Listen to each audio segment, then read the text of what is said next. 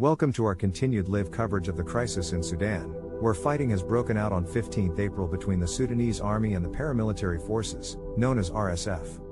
Despite multiple ceasefire efforts, the fighting has been relentless.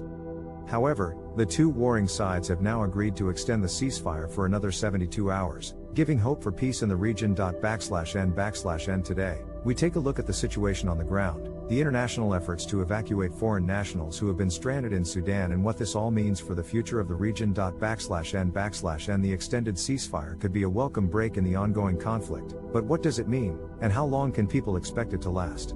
Diplomats, analysts and former envoys have warned that the longer it goes on, the higher the risk of outside intervention. Sudan has long been seen as an area of food security for many Gulf nations, without giving any regard to the civilian population.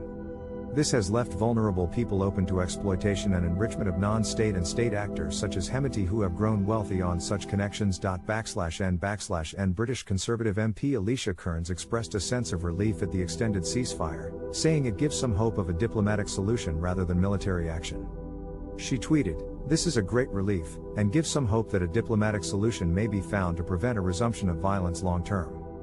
/n/n The UK has also begun its evacuation process. The Foreign Secretary James Cleverly hoped to continue the evacuation flights overnight.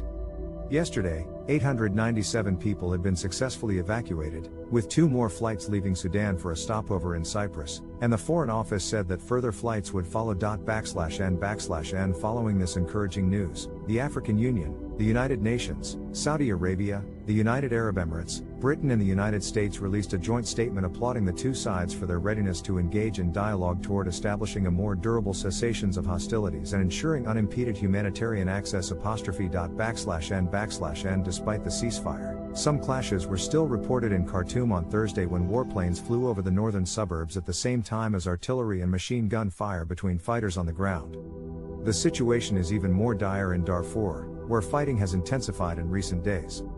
/n/n It is clear that a durable ceasefire and diplomatic approach is essential, in order to ensure the safety of Sudan's civilian population and prevent outside interference in the region. We will keep you updated with further developments, as the crisis in Sudan continues.